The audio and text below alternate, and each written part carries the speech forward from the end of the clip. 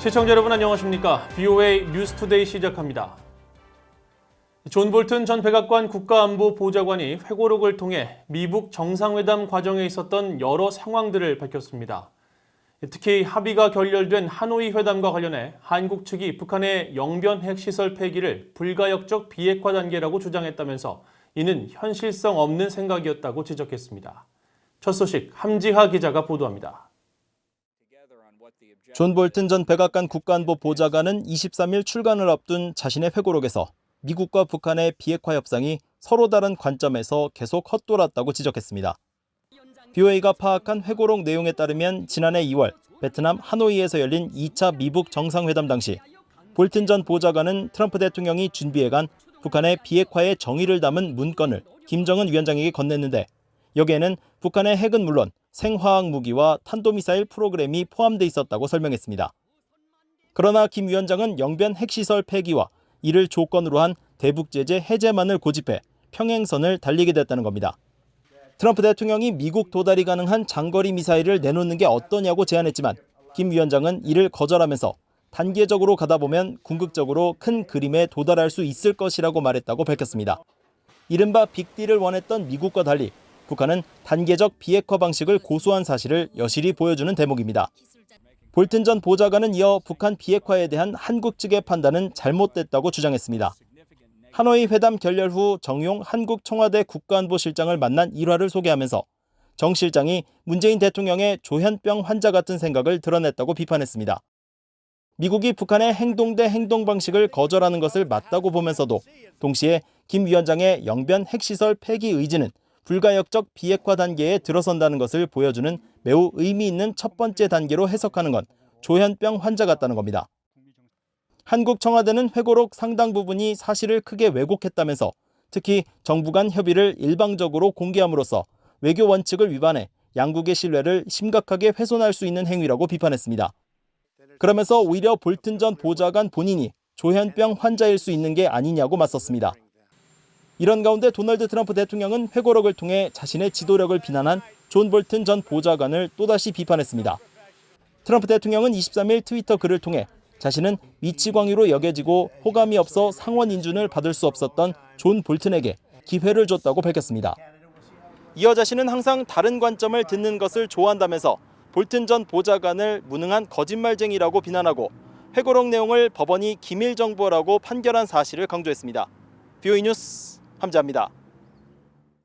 한국전쟁 발발 70주년을 맞아 강력한 미한 동맹을 재확인하는 결의안이 미국 하원에 초당적으로 발의됐습니다. 미 하원 외교위 아테소위원회의 민주당 아미베라 위원장과 테드 요호 공화당 간사가 22일 공동 발의한 결의문에는 아시아와 전 세계의 평화와 안정을 보장하는 동맹의 역할을 재확인하고 특히 한국전쟁과 이후 분쟁에서 미한 동맹을 위해 목숨을 바치고 희생한 양국 모든 이들에게 예를 표했습니다. 베라 의원은 이날 성명을 통해 한국전쟁이 시작된 지 70년이 지난 지금도 미한 동맹은 여전히 흔들리지 않고 있다면서 민주주의와 자유시장 경제라는 공유 가치에 기반한 양국의 파트너십은 동북아시아 지역 안보와 번영의 초석이라고 강조했습니다. 요호 의원도 이날 성명에서 미한 동맹과 우정은 70년 동안 깨지지 않았다면서 양국이 공유하는 민주주의 가치와 힘을 통한 평화에 대한 열망은 동북아시아 번영을 위한 중요한 핵심 축이라고 강조했습니다.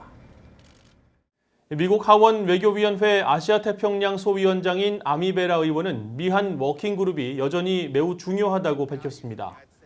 아미베라 위원장은 19일 VOA와의 인터뷰를 통해 북한과의 비핵화 협상의 입장에서 미국과 한국은 동일한 선상에서 한 목소리를 내야 하며 트럼프 대통령과 문재인 대통령의 말이 서로 다를 경우 대북 협상 입지는 약해질 수밖에 없다며 미한 워킹그룹의 필요성을 분명히 밝혔습니다.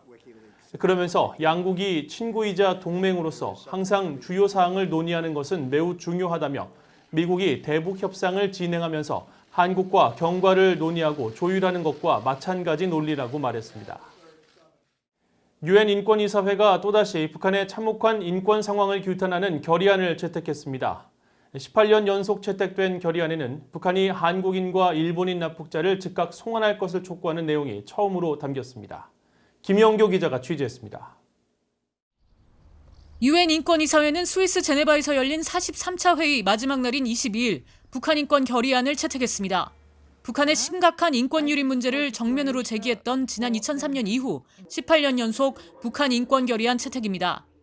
There is no tangible proof that the realities for North Koreans on the ground have improved. The text this year also features an encouragement to the UN system to continue addressing the grave human rights situation in the DPRK, including through consideration by the Security Council, which for 2 consecutive years discontinued its debate on the topic. 결의안은 북한의 조직적이고 광범위하며 중대한 인권 침해에 대해 깊이 우려하고 이런 인권 침해 중 많은 사례는 반인권 범죄라고 비판하면서 반인권 범죄 예방과 가해자에 대한 기소와 재판을 북한에 촉구했습니다.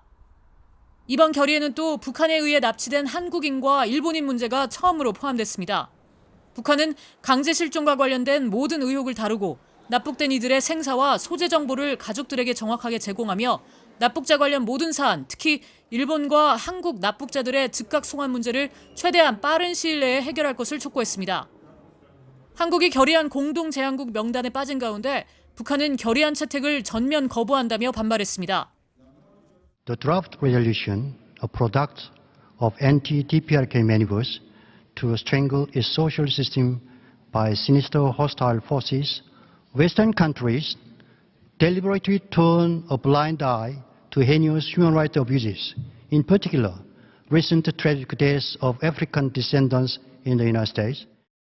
이런 가운데 6.25 발발 70주년에 앞서 한국전쟁 중 북한에 끌려간 손동식 씨와 이재함, 한만택, 황금만 씨 등 4명의 가족들은 유엔 인권이사회 산하 처형문제특별보고관과 노예문제특별보고관, 고문문제특별보고관, 그리고 강제실종 실무그룹 등의 증정서를 제출했습니다. 이들은 1953년 정전협정 체결에 따라 상대국 포로를 풀어주고 민간인들을 돌려보내기로 합의했지만 북한이 이를 지키지 않고 있다면서 북한은 여전히 수만 명의 한국군 포로와 시민 납북인을 억류하고 있다고 밝혔습니다. 한국군 포로 후손들의 진정서 제출은 이번이 처음으로 이들은 유엔에 북한이 한국군 포로의 생사를 확인하고 한국에 즉각 송환하도록 촉구할 것을 요청했습니다. VOA 뉴스 김현경입니다. 미국과 일본에 이어 한국에서도 민간단체가 북한 정권을 상대로 손해배상 소송을 제기할 예정입니다.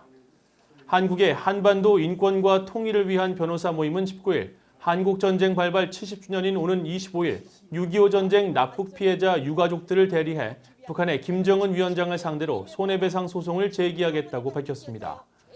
한변은 한국전 당시 북한 정권에 납치된 피해자 10만여 명의 가족 가운데 일부가 소송에 참여하기로 했다며 이번 소송으로 손해배상 판결을 받아낸 뒤 미국의 원비어식 배상 청구에 나설 것이라고 밝혔습니다. 앞서 북한에 억류됐다 혼수 상태로 풀려난 뒤 숨진 오토 원비어 씨의 가족이 북한 정권을 상대로 미 법원에 소송을 제기해 승소한 뒤 북한 자산 압류 절차를 밟고 있고 일본에서도 제1한인 북송 피해자 가족이 북한 정권을 상대로 소송을 제기해 재판이 열릴 예정입니다. 6.25 한국전쟁 70주년을 맞아 한국 국회에서 한미 동맹을 주제로 열린 간담회에서 한국전쟁과 관련한 지도층의 역사의식 부재와 잘못된 역사교육 문제가 지적됐습니다.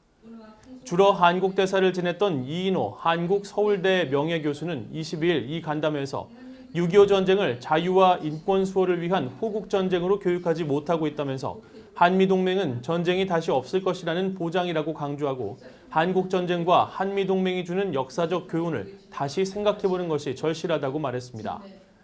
발제자로 나선 강규형 명지대 교수도 김일성이 스탈린에게 남침을 제의한 과정과 스탈린이 중국 마오쩌둥에게 보낸 비밀 전문, 또 휴전을 위한 비밀 회담록 등 역사적 자료에 대해 자세히 설명하며 6.25 전쟁에 대해 균형적으로 탐구하고 올바르게 가르쳐야 한다고 강조했습니다. 이춘근 한국해양전략연구소 선임연구원은 한미동맹은 체결 이후 지금까지 한국에서 전쟁 발발을 억제했다는 측면에서 대단히 성공적인 동맹이었고 한국을 가장 가난한 나라에서 10위권의 경제 부국으로 성장시킨 견인차 역할을 해왔다면서 향후 한미동맹을 단순한 친선 교류가 아니라 북한을 공통의 적으로 인식할 때 의미를 갖는다고 주장했습니다. 이상으로 VOA 뉴스투데이를 마칩니다. 시청해주신 여러분 고맙습니다.